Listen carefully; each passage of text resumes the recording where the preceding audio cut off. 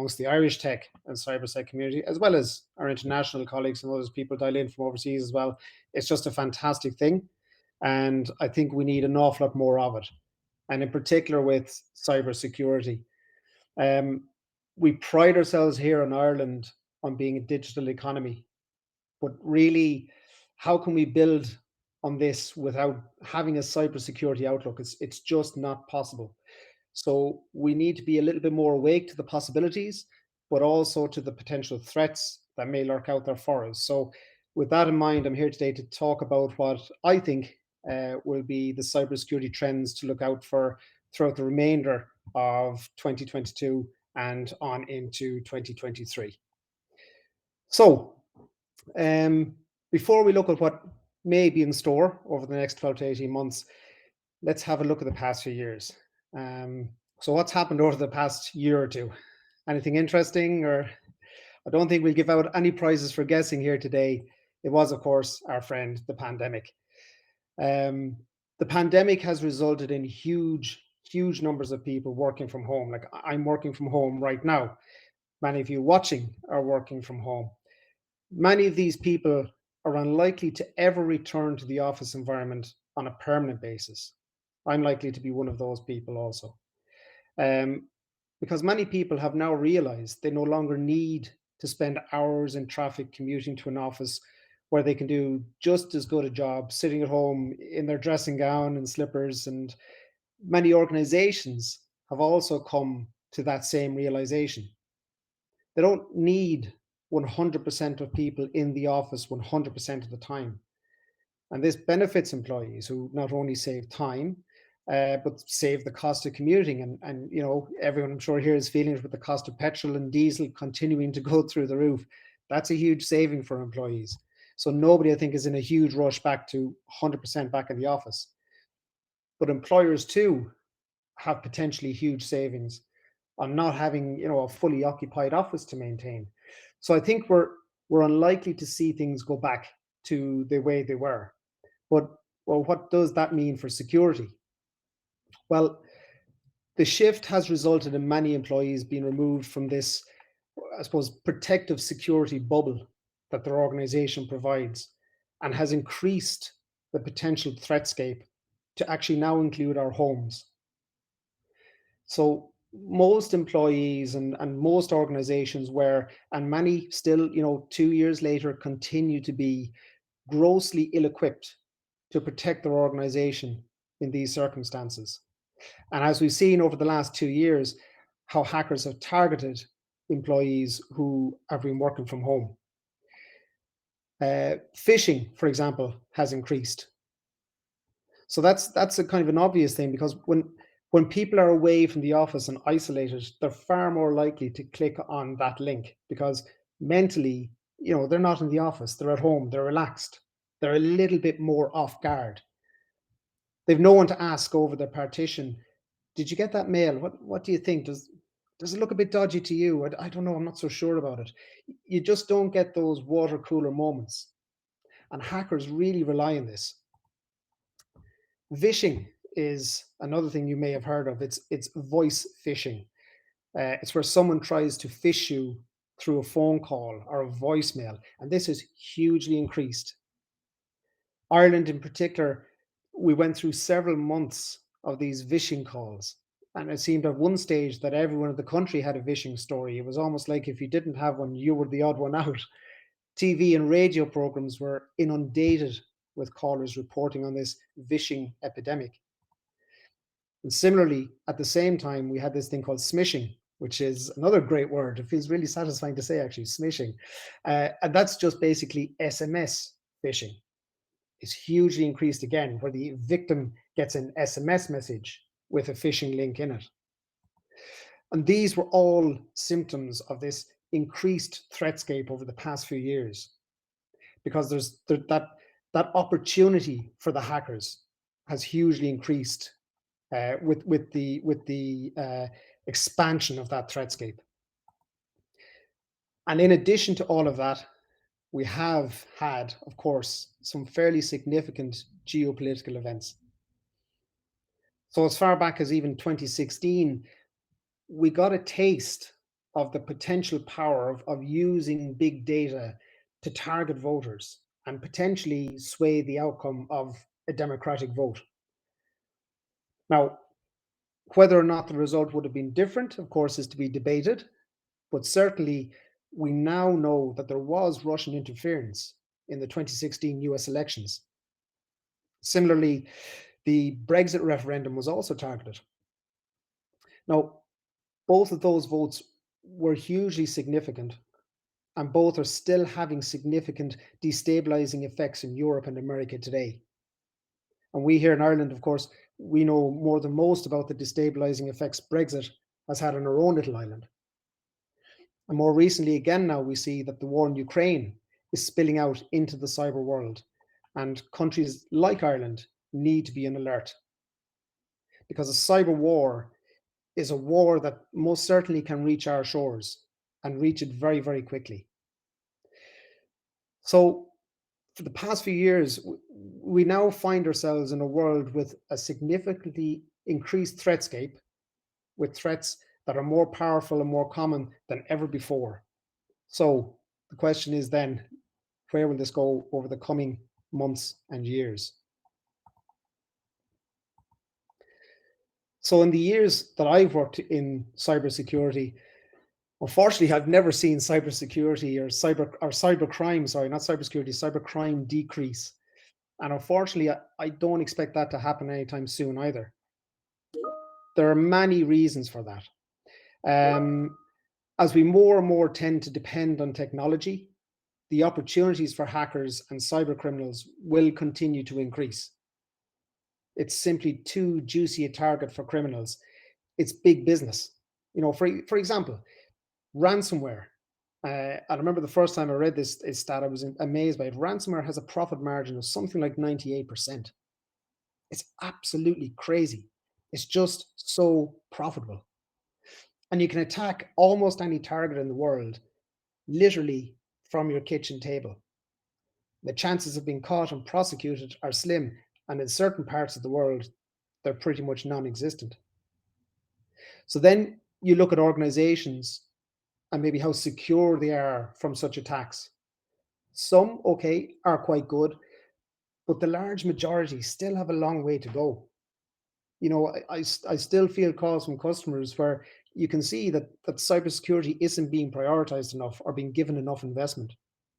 And that's not just at an organization scale, that's at national scales as well. We're only just getting to that stage where we're starting to realize at a governmental level, this needs investment, this needs prioritization. Now, in addition to all of that, the actual entry barriers to cyber criminality have become much, much lower. Like, to the point where pretty much anyone can become a cyber criminal if they so choose. So if you marry that to the fact that the tools available to cyber criminals are become more and more advanced, I think it's clear that this industry, and I do use that word, I think fairly, because it is an industry, is not going away anytime soon. Ransomware will continue to grow and will grow at an accelerated rate. So ransomware, what is it? Well, in case you've been living under a rock for the past few years, ransomware is just a particular type of malware that steals or denies you access to your data and demands a ransom for you to get it back. So in the first quarter of 2021, there were 3 times as many ransomware attacks as in the whole of 2019. So let that sink in for a second.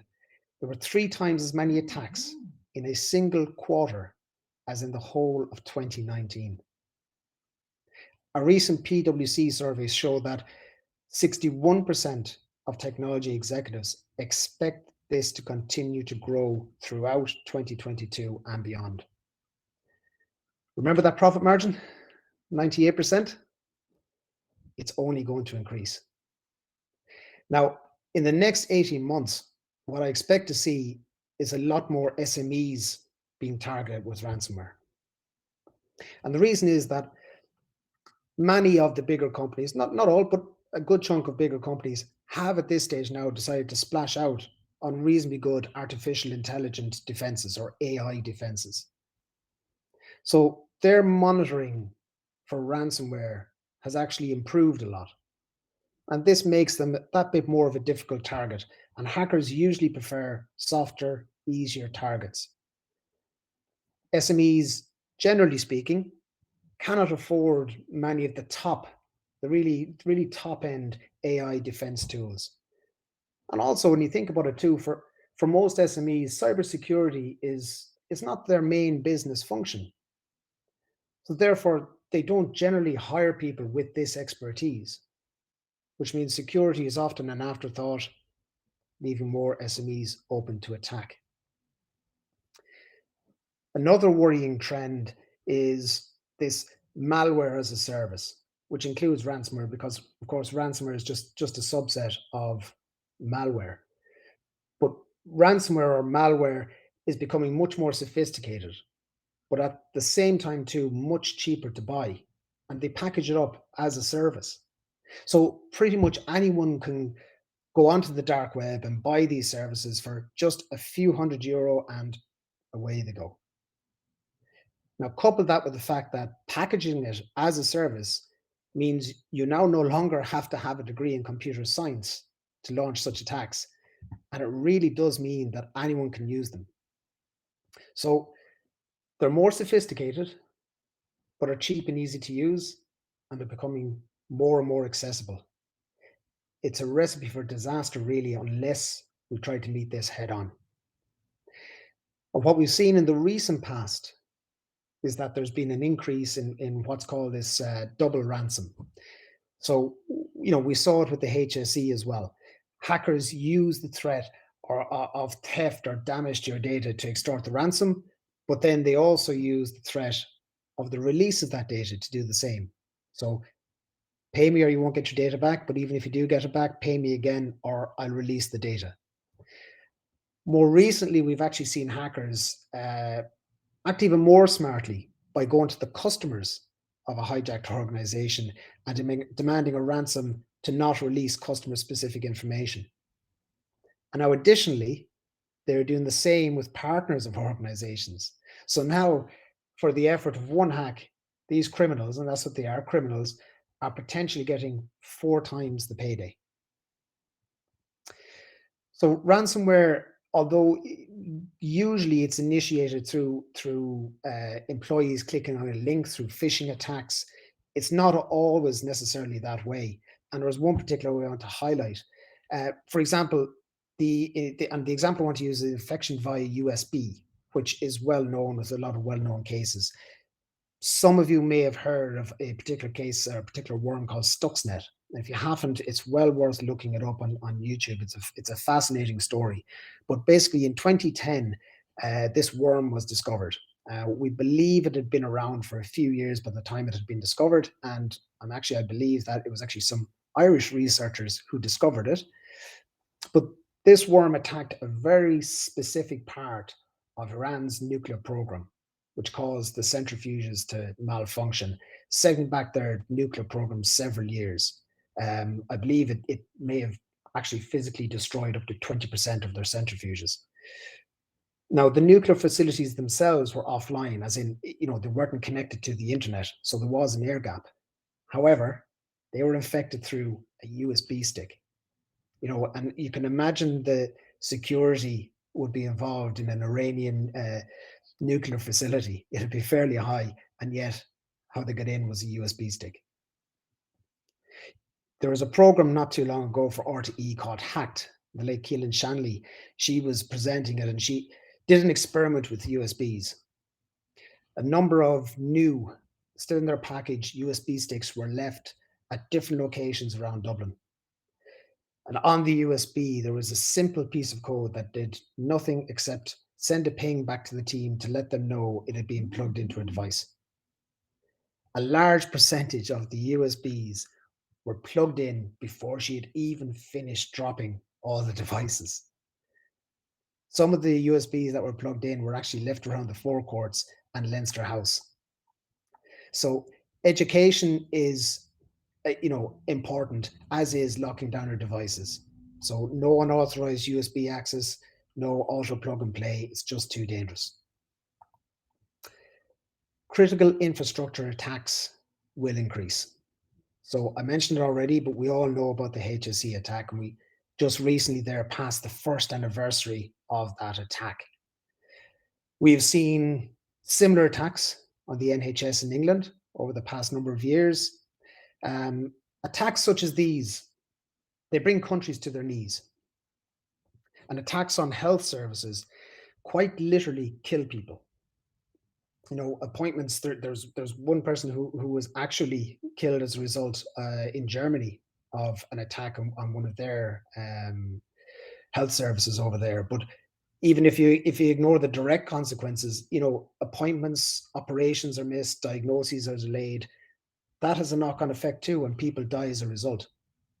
And we've seen other attacks on gas lines, water treatment facilities. You've heard of solar winds, colonial pipelines, etc. But these attacks, they're big, they're bold, they're brash. They make a statement. And even though they are often responsible, criminal gangs don't often go out to target big targets like these because they just bring on too much heat. However, state-sponsored groups have no such qualms. Now, we can't ignore the geopolitical climate out there at present. The war in Ukraine has led to a huge increase in cyber attacks as Russia uses its cyber know-how to open up this new front in the war. In January, as a prelude to the war, Ukraine accused Russian hackers of shutting down almost a quarter of its power infrastructure, knocking out at least 30 out of its 135 power substations. An attack on a power supply is devastating for any country. And actually, I spent most of the afternoon here with my own power cut off, and it really does make you realize how helpless you are without it. Countries such as Ireland are at the coalface, and we need, as a society, to get past this mentality where we're everyone's friend. We still have this, why would anyone attack us? We're Ireland. Everyone loves us. They're a great bit of crack. That attitude is no longer the case. We have absolutely chosen a side when it comes to Ukraine. We are members of the UN Security Council. We are a key member of the European Union. And we have the potential for huge disruption to the EU with the issues over the Northern Protocol. And we have weak cyber defenses. And added to this is the fact that we are, to a large extent, a digital economy, and it has all the makings of a perfect storm. So I do think that critical infrastructure attacks will increase. And unfortunately, here in Ireland, we're likely to see our fair share of that. Internet of Things, IoT, sometimes called by people like me the Internet of Threats. IoT threats will increase as connected devices increase. I think that just makes basic sense. So to explain to anyone who doesn't understand, maybe the Internet of Things, IoT, is an internet of devices, software, sensors, and other things which enable the world and the devices in it to be connected. That's all it is. And I suppose we're used to thinking of, servers, PCs, phones, and even now smart TVs as connected devices. But the IoT includes all of these and much more. Business software, the smart home devices. I won't mention the name of any smart home devices in case they set off devices all across the country. Home monitoring systems, fridges, driverless cars. All of these things can now communicate with each other without the need for human interaction. Now, this interconnectivity has huge beneficial potential. It could be wonderful. But from a security point of view, it's a huge headache. As we all know, you're only as secure as your weakest link. The more connected items we have, the bigger the potential attack surface. And the bigger the attack surface, the harder it is to defend. So let's put some numbers on that. Today we have about 30 billion connected devices. Well, that's a lot, but this is predicted to rise to about 75 billion by 2025. That's less than 3 years away. 75 billion. We've never before experienced such a monumental increase in the threatscape or attack surface. That's 75 billion attack vectors now open to hackers, to the bad guys. The potential for chaos is huge. Almost everything can or will be connected, which means almost everything can or will be hacked. As far back as 2013, Google saw its Wharf 7 office in Sydney, Australia get hacked by way of its building management system. And many cities actually also risk cyber attacks. Even, cities that don't think of themselves as, the smart cities that we hear about. Because the majority of cities around the world still use some forms of connected technology to manage everyday things like traffic lights, public transit. But at the same time, very few of those actually regularly test their cybersecurity. And many have weak cybersecurity controls in place. Another area of concern is medical devices, because they're potentially hackable too. I know I was a fan of it at the time. I don't know if any of you were, but there was a series called Homeland. And in one particular episode, um, the vice president's pacemaker was hacked to kill him with a heart attack. Now, at the time, people were kind of skidding at it because they thought that's a bit science fiction-y. But actually, it was later discovered that it was actually based on a real security concern regarding the former Vice President Dick Cheney and his pacemaker. Now, certainly, whatever about back then, if we saw that now, we wouldn't be considering it far-fetched. It's now coming away from science fiction and coming into science reality. Airplanes, cars, industrial facilities, the list goes on, all with huge destructive potential. Now, if you add to this the fact that many of the connected devices are not properly secured, yet are connected to everything. Does your ordinary everyday person know how to properly secure the new device they just bought? Do they actually even care? Are they aware of the risks? Do they bother to change any default passwords? Or more worryingly, is it even possible to do this on the device they just bought? Have they taken some sensible precautions like segregating their home network? And I think we know the answers to that last one for the vast majority. No, they haven't. So connected things, they're not generally designed with security in mind, because security doesn't sell. Functionality, ease of use. Can I plug it in? Will it play? Will it connect up? Oh, look at that. It all works. It's great. That's what sells. And security, no matter what people like me tell you, unfortunately, it just isn't sexy. It's just not something that you're going to put on the front of the box that will generate sales for you. And the knock-on effect, it is capitalism. Manufacturers, therefore, just won't care about it because it's not worth the investment. Devices are often shipped with insecure default settings, or even worse, the lack of ability to make the device more secure by restricting users from modifying configurations and settings. Many also have easily brute forced or publicly available, or worse, unchangeable passwords.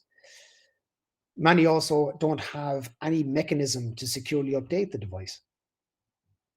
Lack of firmware validation on the device, for example, a lack of secure delivery where unencrypted devices are put in transit, or no notifications of security changes due to updates. It just goes on and on and on. And there are also huge supply chain security issues when it comes to some connected devices. Often insecure components are used that can allow hackers to compromise the device and therefore your network. Because we have to remember, hacking a baby monitor isn't the end game for the hacker. But it's that faulty latch on the back door that allows them to gain entry and access the more sensitive things. Now, whereas it's one thing having these in your home, concerningly, more and more businesses are actually introducing them into their work environment. And this poses a huge danger if it's not done correctly, because the amount of data that most businesses have means that they're a very attractive target for hackers. So all businesses should have a comprehensive asset registry. They should know each device that's connected. They should also know how each is secured and what the vulnerabilities are, and have a patch management function to ensure they're kept as secure as possible. They should also vet each device before connecting it to the network to ensure it meets at least some minimum security standards. So smart connected office devices are on the rise, and with that comes increased opportunities for hackers. And I think in the next 18 months, unfortunately, we're going to see that trend continue again. The rise of AI-powered cyber attacks. So this is kind of a new front in the cyber war. AI, or artificial intelligence, is such a powerful tool. It really was only a matter of time before hackers began to use it. However, AI, just like everything else, once it's out there for a while, is becoming more and more accessible. And as this happens, we expect to see more and more AI-powered attacks in the future. And for example, one particular area where an AI attack would be devastating is the IoT, the Internet of Things, Internet of Threats. The sheer volume of devices within the IoT makes it a perfect target for things like DDoS attacks, distributed denial of service. It could cause chaos. Now, the only real counter to AI attacks really is an AI defense, because AI will sit in your network and learn about your users, learn about your defenses until the time is right to attack. These tools, they use their intelligence to hide from monitoring tools that most organizations would have traditionally employed. So really, organizations need to consider some level of AI defenses and try to meet that fire with fire. More laws and regulation. So I think we're going to see a lot more of that. With data being so critical to the economies of the world, and the frequency and sophistication of attacks greatly increasing, lawmakers are starting to catch up and place responsibility on C-suites and boards to ensure their organizations have a strong security posture. They're forcing them to take it seriously. The EU, in fairness to it, has been leading the way with tough regulations such as the GDPR, which we all know backwards at this stage, right?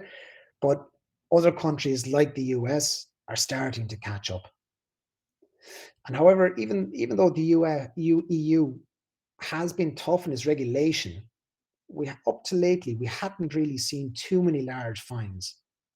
In the past few months, we're starting to see some activity in this area. For example, when the Irish Data Protection Commissioner issued a €17 million fine to Meta, which is essentially Facebook's umbrella organization, back in March.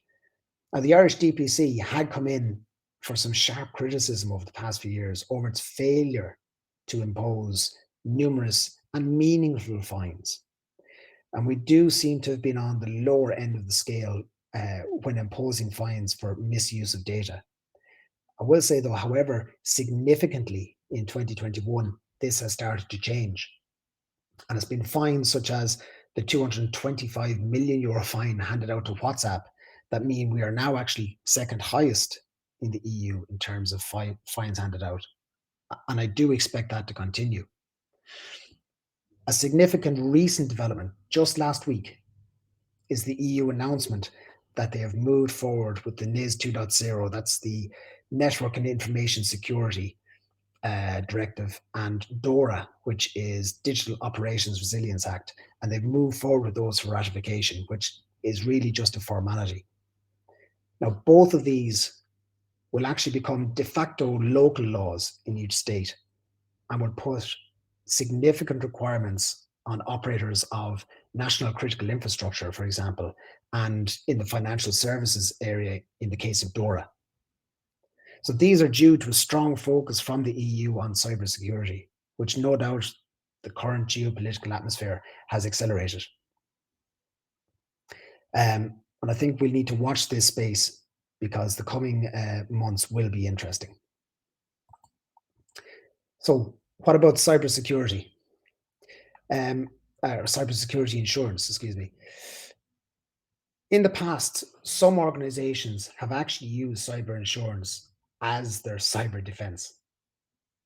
So they figured that taking the hit and leaving the insurance company pay for it was actually cheaper than investing in solid defenses. Now, this is rapidly changing. Now, thanks almost solely to the insurance companies themselves changing their attitude to such practices. As the attacks got bigger and as the attacks got more frequent, they found they were paying out more and more and more. So it's forced them to change their attitude and they're going to pass that on. Over the past year or two, we have noticed in Strive, because we, even for ourselves and with our customers coming to us that we try to help them with it, we've noticed that the insurance is becoming much, much more difficult to get. And even in instances where you can get it, you may end up paying through the nose for it. In addition to that, insurance companies are becoming more and more sticky on the conditions under which they'll actually pay out. Organizations now need to show that they've taken all reasonable precautions to avoid a breach or outage. And if there is a breach or outage, that they've actually reacted to it correctly. If they can't show this, it's very likely that the insurance company won't pay out. So for organizations that take and have taken security seriously and have invested in it, cyber insurance, while being more difficult and expensive to get, is still available. However, for organizations who have not invested in their defenses, it's likely that they'll be unable to get insurance at all. Now, while this actually may cause some pain in the short term, I think it will force many organizations to step up to the mark and start taking the issue seriously, which in the long run is actually better for all of us. And the last area I wanted to mention that is likely to be a trend in my opinion over the next 18 months or so is state-sponsored cyber terrorism. And I think attacks like these will increase. Over the past few years, we have already seen this increase significantly. And although we weren't 100% sure at the time, we now know there was state-sponsored interference with both the 2016 US presidential elections and with the Brexit referendum. The results of both of which threw the Western world into a tailspin. Now, what should that tell a foreign power who wants to weaken the West? Well, basically, it tells them that this works. That's what it tells them. We can really screw with the West. We can bring their economies down. We can actually interfere in the thing that they pride themselves most on, democracy. So we have the ability now to interfere with that. In addition to that, as we've already discussed, we've seen increased attacks on critical infrastructure, hospitals, pipelines, water supply, etc., with very disruptive consequences. And with the war in the Ukraine showing no signs of ending anytime soon, attacks like these, I think, are only likely to escalate. And again, we in Ireland are not immune. As I've already said, I believe we're a prime target. It's worth reiterating. We're a member of the UN Security Council. We are a prominent member of the EU. When it comes to the war in Iraq, we mightn't be militarily involved, but we have certainly pinned our colours to the mast. We have picked a side. There is not a village or town in Ireland you can drive through without seeing Ukrainian flags. And we've been very vocal about this on the international stage with our government. Also, and it's very much very much topical at the moment, we are a potential flashpoint between the EU and the UK with the continuing arguments over the Northern Irish Protocol. Now, if you couple that with our generally lax attitude to cybersecurity, we're not only a target, but we're an easy target. Now, all in all, I think this makes for a very active picture over the next 18 months. There are absolutely, of course, other threats, things such as quantum computing, for example, which I think will have a very real effect in years to come. But in the immediate future, I think these are the trends that we will see much, much more of, and they'll be the ones that will be grabbing the headlines on the 9 o'clock news. So what can we do about it? Well, the good news is there are many things we can do, and they don't have to be complex or expensive. To me, security is always about doing the simple things correctly. If you do that, you will protect yourself against the vast majority of attacks. For me, the number one thing that everyone can do, and doesn't have to be expensive, is education and awareness.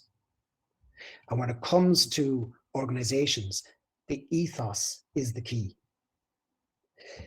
The people in any organization are often quoted as being the weakest link, but they can be the strongest line of defense you have if it's done correctly. They're the strongest when they're properly trained to have a cybersecurity outlook. From day one, the company must display a cybersecurity ethos and instill a cybersecurity mind frame in all its employees. And it has to come from the top down. And critically, data security should not be the responsibility of the tech department. Too often it's considered, oh, that's a techie thing. It's not. The CEO, the CFO, general manager, department heads, C-suite, board members, they all must buy into this culture of cybersecurity. Cybersecurity needs to be a standing item at senior management and board meetings. And this isn't always the case. And where it isn't, mistakes happen. So regular training must be seen as routine, and security awareness must be all around. Put the basics in place. Not all organizations can afford complex technology defenses, but they can still do the basics at a reasonable cost. For example, a couple of examples. Keep your operating systems and device security patches up to date. Ensure you have a good antivirus software that scans your devices regularly. Use a decent email filtering service that prevents spam and malware, or most of it anyway, from reaching your employees. Limit the device administrator privileges given to employees. The number of organizations I see where admin privileges are handed out like sweets at a kid's birthday party is astonishing. This should never, ever, ever be the case. Where possible, use two-factor authentication to protect your assets and your most sensitive data. Consider also maybe using a managed endpoint protection solution. In addition to this, there are also well-defined controls and guidelines out there that will help defend against the vast majority of attacks, such as CIS or NIST. These don't take a huge deal of knowledge or effort to put in place. They're very well documented. The information is out there if you just literally look for it. And every organization, regardless of size, should be looking towards these. You're not expected to know everything. So look to service providers to plug the gaps. Even if in a lot of cases you can afford to get the right people, there's a global shortage of people working in this space. However, there are a number of service providers out there with a range of services to companies and organizations, big and small, that don't cost the earth time frame. Cybersecurity, it's all about managing risk. It doesn't mean that you have the most advanced security defenses in the world. All it means is that You're trying to lessen that window of opportunity for criminals to hack your network and steal your data. And each basic step you take just closes that window a little bit more and increases your protection. Backups, backups, backups. So as we've discussed, ransomware on a very basic level denies a company access to its data. So a key component of your recovery plan is to have secure backups. Think of it as this: data is the modern currency. Its value cannot be underestimated. So companies that have robust and securely backed up data, preferably immutable backups, can restore its data from a set time and date, get their data back up and running and resume business as usual without a total loss of business. If your backups are implemented correctly, you will at the very least get back up on your feet quickly. But a key part is, please remember, test it regularly, as a backup system is useless if it isn't working correctly. And I know so many cases where backups were being taken, but nobody tested them. And when they actually needed them, they found that it didn't work. Penetration test at regular intervals. So in addition to all of this, your defenses need to be continually tested. Vulnerability tests or vulnerability scans are highly recommended, but these only identify if you're open to known software loopholes and weaknesses. A recommended step further would be to implement regular penetration testing. This type of testing actually tries to take advantage of any of the vulnerabilities you may have and see how they can be used, and maybe used in conjunction with each other to get around your defenses in the exact same way as a hacker would do. Now, it's not applicable to every organization, but it certainly is a recommended step that you should absolutely consider and bottom out and see if it applies to your organization. Have a plan. Know what's important to you and have a plan for it. Make a list of your assets. So when I say asset, I mean anything that is of importance to your business. For example, laptops, customer data, your product secret sauce, anything like that is an asset. Identify which ones are the most critical to your business and put a plan in place to protect them. Have a disaster recovery plan and a solution in place. And again, just like the backups, regularly test it. If an attack occurs, you need to know what to do and you need to act quickly. Because in the chaos of an attack, you won't be able to think on your feet. You need to have that plan and you need to have rehearsed it. A tested and well-rehearsed disaster recovery plan and solution are essential to getting back up on your feet in a case of worst case scenario. No matter how well trained your staff are, remember, they're human at the end of the day. Mistakes will happen. You need the technology in place to counter that. There are many solutions out there, and organizations need to consider the robustness of their system against security breaches. And finally, consider AI-powered cybersecurity. With the trends towards artificial intelligence attacks growing, you need to be able to fight fire with fire. There was a recent Capgemini survey that found that 67% of businesses believe that AI is needed for protecting and countering cyber attacks. Some AI solutions, absolutely, they're expensive, but not all of them. So at the very least, don't be afraid to see what's out there and see what is suitable for your organization. The next number of years and months will see a continued growth in cybersecurity threats. Remember, we're becoming more and more reliant on technology, and we're integrating it into every aspect of our lives. We need to see cybersecurity as a necessary tool that should be part of our everyday lives. It's not a nice to have. It's not an optional extra. We cannot have a connected world without cybersecurity, and we all need to step up to the mark. Thank you.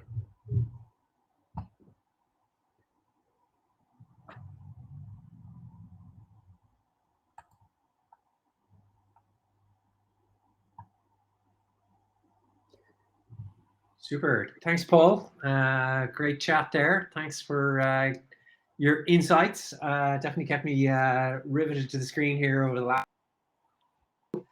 Didn't scare you too much, no? No. I'm in the now. I'm working here in Galway with IBM Security. So some of the themes there definitely familiar. But yeah. So not that the hair isn't standing up on end quite yet. Good. But so this very interesting. I was really interested. A couple of things there caught my attention as we were going through, and I thought we might kind of kick off a little bit of questioning there around that, and I just say to folks to, to throw the questions into the Q&A on the right hand panel there, and we can pick those up as we go. We've got just a little under 10 minutes or so. So I was interested, like I know that like state-sponsored attacks. I've often heard it say that if you're under, if it's state-sponsored and it's targeted at you, and you yourself are not a state actor, there's very little you can do. The power that they wield, the money, the skill, the tools that they have are enormous. But as a business, I think it's not that you're really going to resist that. It's more that you don't want to become collateral damage. Yes. And I just want to you finished off beautifully with the sort of things you can do, and just for people who are listening in, and you hear that, oh goodness, there's state-sponsored attacks. We're in the middle of a situation where we're in a war in Europe where the aggressor is a known attacker. That's probably good enough for businesses to take those actions that you highlighted at the end. Do as much as you can, and then that collateral damage is probably going to be limited from that. Yeah, I agree. I think of it like, I'm into my GAA, okay, my hurling and football. And what we tell our teams the whole time, training the kids up along, is do the basics right. If you do the basics right, a lot of the other stuff just falls out of it.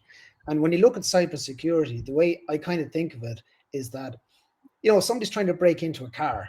Unless they have a very specific car in mind, what they do is they go down along the street and check the doors, check which one is open, check which one has the key in the ignition.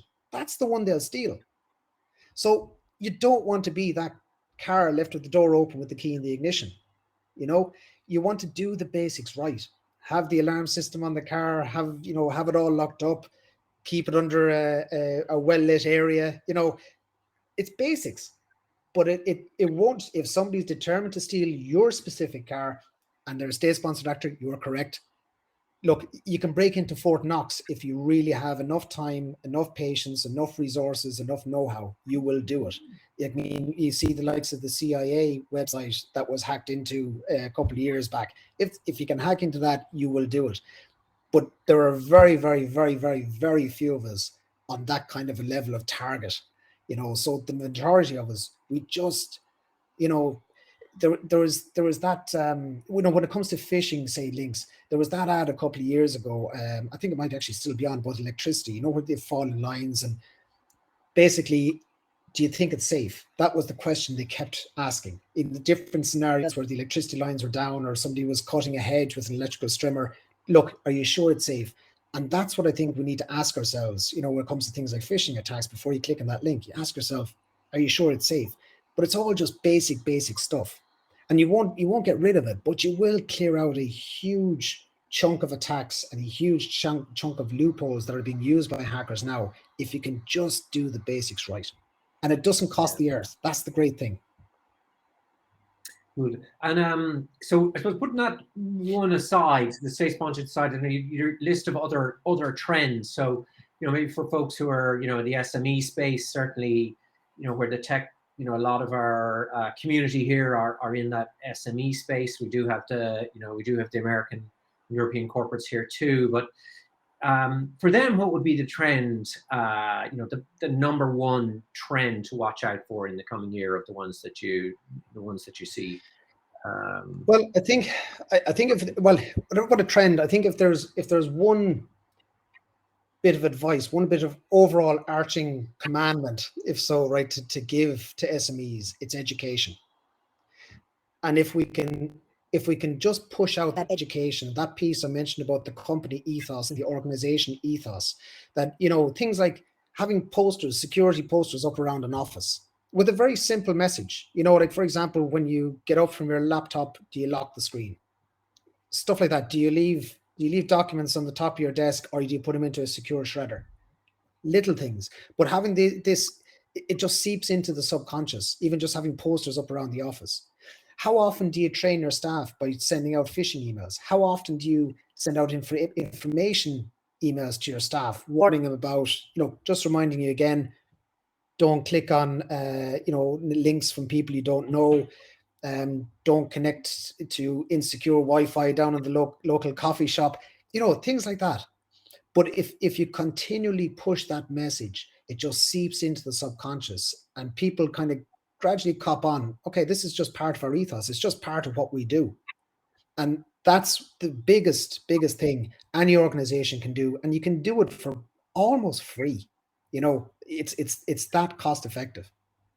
And would you see the kind of ransomware really being the one then that like it's on the rise? So it has been on the rise, as you pointed out at the start there. That just a massive jump in it is probably going to continue to be the thing that SMEs should be watching out for the next year. Kind of, if you're not already, you know, battening down the hatches in terms of your ransomware defenses, that's probably where you should be going. And if you're already there, you know, keep at it. Get your backups and all that kind of stuff sorted. Yeah, absolutely. Like, I mean, backups is such a key thing, but the number of organizations I've dealt with as well who have had, they say, oh, we have the backups. Well, when did you last test them? Oh, Yeah, you know, it's you have to do that.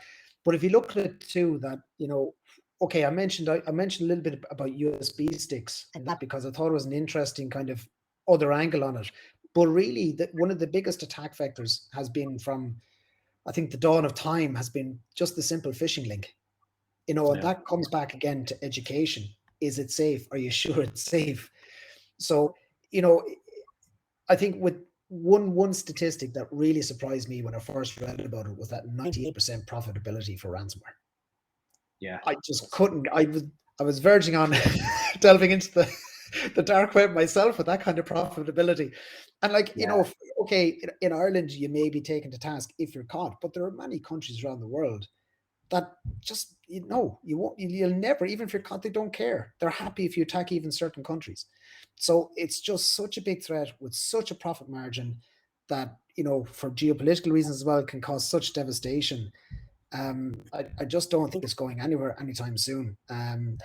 Like, I mean, the immutable backups is a huge thing, but education is a key thing too, and keeping it out, knowing what to do, running your playbooks, running your tabletop exercises do you know what to do?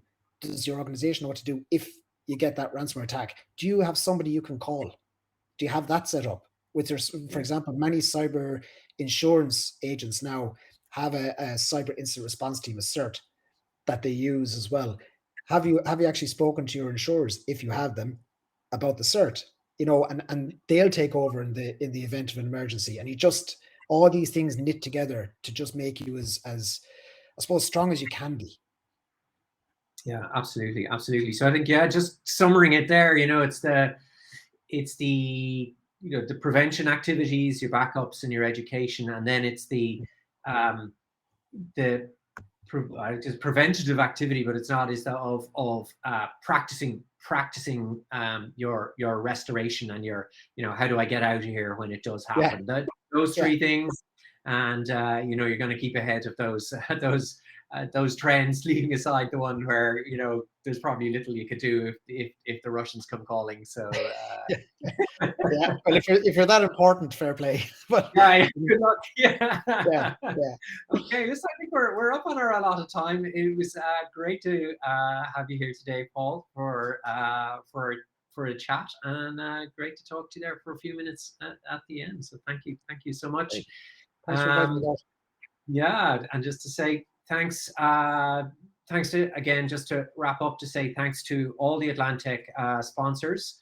We've had a great week so far. I think this is the sort of the back end of our virtual side of our hybrid event this year, with tomorrow being in-person events, which I have to say is just fantastic to have. And it's great to be able to get out and meet people. So looking forward to more of that for AtlanTec 2023 when we get there. So thanks so much, Paul, and thanks for all those who've made the time today to come and listen to Paul speak. And I hope you enjoy the rest of your day. Thank you so much. Thanks, Gareth. Thanks all.